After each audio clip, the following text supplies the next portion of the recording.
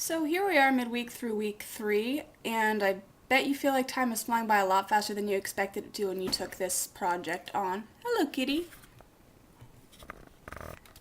Hi. Hey, girl. Apparently the cat wants to participate somehow, some meaningful way. It's not gonna happen, baby. I was gonna say you have no on-screen charisma, but that's a lie. You're so cute.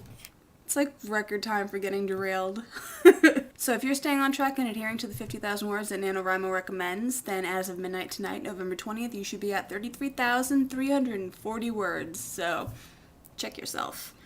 So there was some stuff that I read on the forums last week that I'd wanted to talk about and didn't because, as we established last video, I am absolutely awful at making a commitment and sticking to it. The thing I wanted to mention was that there were a couple of people on a few forum threads that I'd been reading complaining that people were telling them that they shouldn't be participating in NaNoWriMo because writing is an endeavor to be pursued only by people with college degrees. This upsets me on a number of levels. I want to clarify first of all that I'm not one of these people being singled out as apparently unworthy. I have a bachelor's degree, actually in English, actually focused for the last 2 years on creative writing.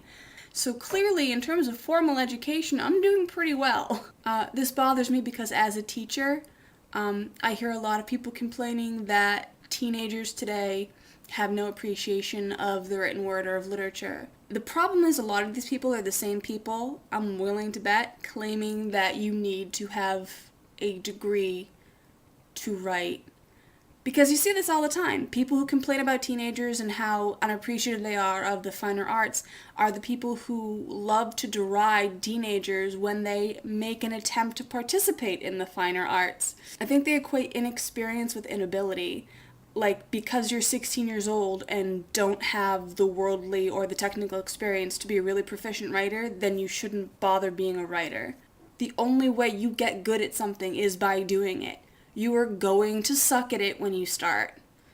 There's an argument to be made that maybe there's some people who are prodigies and are really awesome right off the bat, and if that's true, awesome, but you can't expect everyone to be that way. That's what makes them prodigies, because they are the anomaly. They're the odd ones out. The other thing that bothers me the most about this argument that you have to have a degree in order to write is that it is equating formal education with, number one, intelligence, and number two, the right to participate in a written history, or the right to have a voice at all. There is an inherent, if unintended, racism and classism involved in statements like that. What you're basically saying is that if you can't afford to put yourself through college, or your parents can't afford to put you through college, then you basically don't deserve to have your story told. Now, I'm not saying that all the writing produced during Nano is particularly good. I'm not saying that most of the writing produced during Nano is good. But I'm willing to bet you that those of us with college degrees, and probably even more advanced degrees, are producing equally crappy writing as those people who have high school diplomas or are still in school. Or if you're just starting out, you're going to produce a lot of crap until you find your footing and your voice and learn good techniques and good discipline. And that doesn't mean that you don't have talent, it just means that you haven't honed it and fine-tuned it yet. The bottom line in all of this is that by saying you can't participate or pursue writing until or unless you have a college degree, it's just going to turn people who are less privileged away from the act of writing.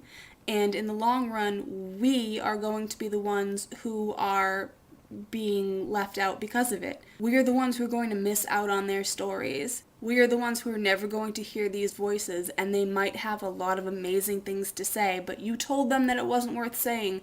You can't crap on kids by saying they don't have an appreciation of the written word when you are doing everything in your power to turn them off to saying anything.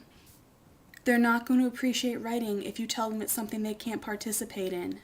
So educated people of the world, or supposedly educated people of the world, if you want kids to produce good writing, you have to let them produce crappy writing first. And you have to appreciate that whether or not what they're saying means anything to you personally at your point in life, it means the world to them. You're 40, they're 16, their priorities are going to be different. You might think they're shallow, but guess what? I guarantee you that those exact same problems when you were 16 were the freaking moon to you.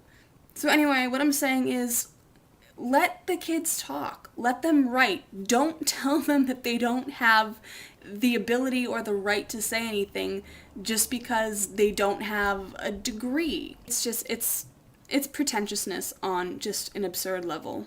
Is really all I can say. Midway through week 3, guys, 33,340. Where are you all at? I'm basically on track, which I'm continuing to be impressed by. My kids still, look at me like I'm crazy every time I update the word count on the board. But I'm still updating the word count on the board, and that's the important thing. So, nanowers in America, next week, Thanksgiving. Is that going to slow you down? Are you going to have time off work, and is that actually going to help you? Let me know what your plans are for the holidays. Until next time, keep nanoing.